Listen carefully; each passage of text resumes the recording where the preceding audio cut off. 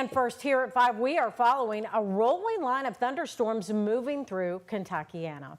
And hello, everybody. I'm Connie Leonard. We've got clouds over the skyline there. Hi, everybody. I'm Doug Proffitt. You've been dodging those storms on and off all day long as we head into Friday night. The big question is, will they become severe? So our chief meteorologist, Mallory Schnell, is here with us right now at 5, following the latest line of storms. Where are they now, Mallory? Hey there, Doug and Connie. They're just off to our west, so they have been rolling in through areas like Paducah, Evansville as well. So we're kind of in the calm between the two storm systems today. Clouds are beginning to roll back in and thicken back up across Louisville. Between those storm systems, temperatures are in the mid to upper 70s. That dew point still, of course, very elevated with all the humidity in the air, sitting at 65% or 66% in terms of your relative humidity. But here's that first round of storms from midday and into the early afternoon.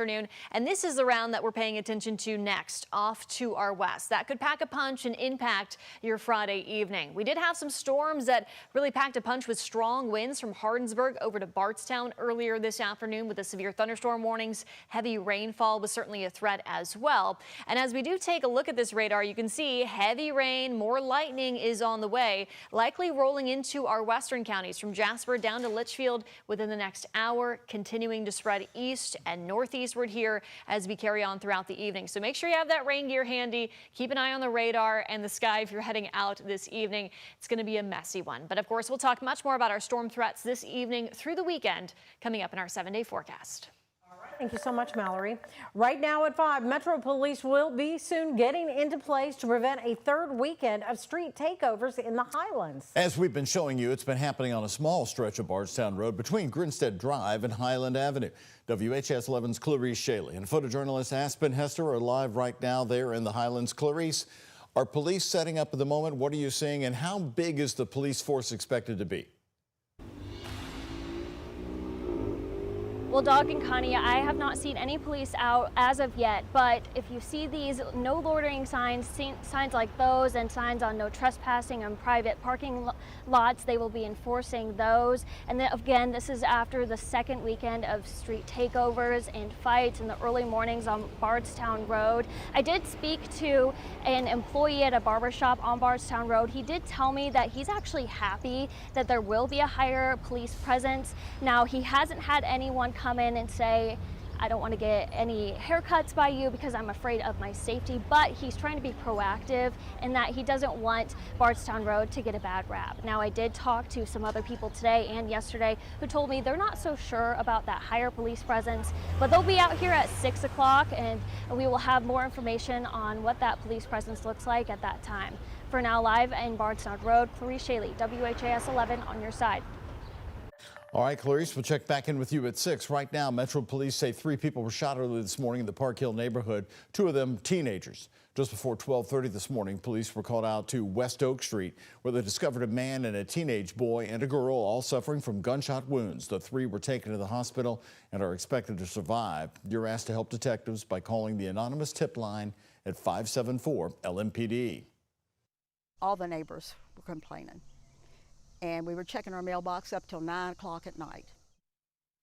Bills, medication, and invitations. You've told us about your missing mail, and now we have the results of an investigation into the U.S. Postal Service. Well, the Office of Inspector General found some facilities in Louisville have issues with delayed mail and property conditions. Our Alexandra Goldberg and photojournalist Jessica Farley are looking into that report. Snow and ice, you can only use that excuse for a short period of time. When the snow is gone, the ice is gone, why are we still late? Joyce Gardner is one of the many Louisville residents who just feel fed up. January was horrible.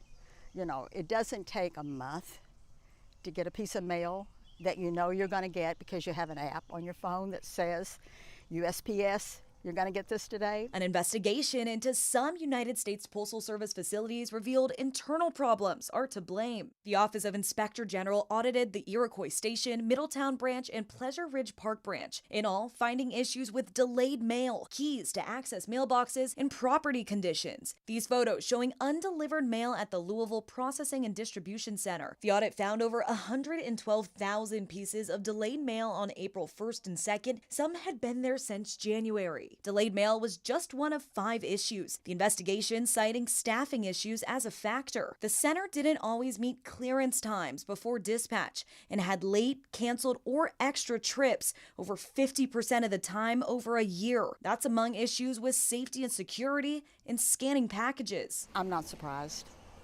I saw it happening 6 months into last year. Have you seen a winter or any period like this where you were just sort of throwing your hands in the air? Where's my mail? No, not like this. No. This was the worst. The Highview resident of 39 years says it's a problem that affects everyone. You feel helpless. U.S. Congressman Morgan McGarvey said in a statement, quote, "This audit is a good first step that provides more insight into staffing and management problems, but I still have questions about working conditions and equipment." I'm all for the post office.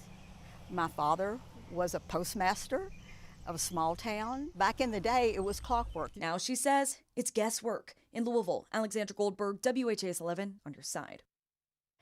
USPS responded to the audit saying the Postal Service agreed with the finding and the associated recommendations. Well, the Louisville Downtown Partnership wants to hear from you about a proposal that would legalize carrying open containers of alcohol in certain parts of downtown. Our Jim Stratman sat down with the president of the Downtown Partnership to hear about that proposal and the reason behind it. Main Street and 4th Street in downtown Louisville.